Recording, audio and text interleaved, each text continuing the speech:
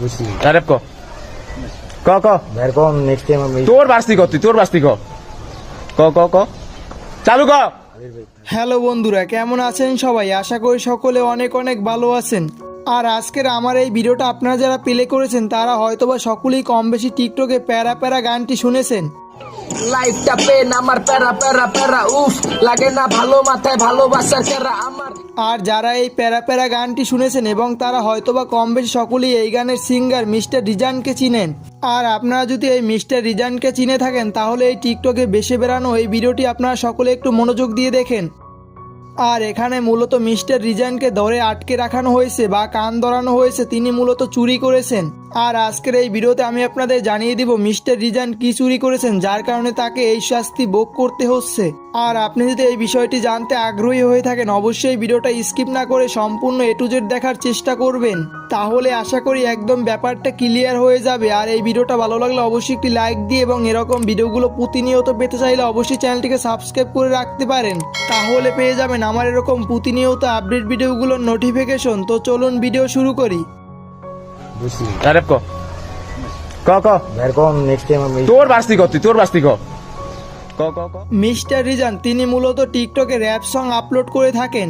সাম্প্রতিক সময়ে তিনি টিকটকে আপলোড করেছেন তার কিছু র্যাপ সং, তার ভিতরে সব থেকে হিট হয়েছে এই প্যারা প্যারা র্যাপ সংটি।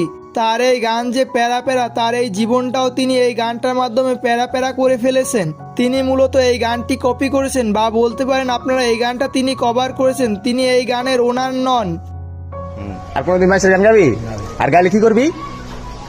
গান গাইলে কি করবি? মেনশন দিয়া তারপরে করবি। আর আমরা হয়তোবা সকলেই কম বেশি কপিরাইট আইন সম্পর্কে জানি। আর আপনি যদি কারো সং কপি করেন তাহলে ওই গানের মূল ওনারের পারমিশন নিয়ে করতে হবে।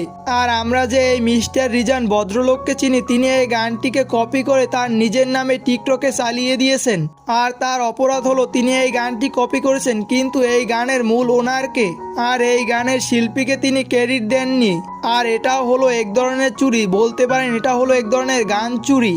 আর আপনারা হয়তোবা আমাকে এখন একটি কোশ্চেন করতে পারেন, টিকটকে তো অনেকেই এরকম কভার করে টিকটকে আপলোড করেন। আর এর উত্তর হলো তারা হয়তোবা ওই শিল্পীর পারমিশন নিয়ে করেন, নয়তোবা এই গানের টাইটেলে ওই শিল্পীর নাম উল্লেখ করে দেয়। আর ওই গানের টাইটেলে শিল্পীর নাম উল্লেখ করে থাকায় সকলেই বুঝতে পারে ওই গানের শিল্পী হলো ওই যে টাইটেলে নাম উল্লেখ করা সে।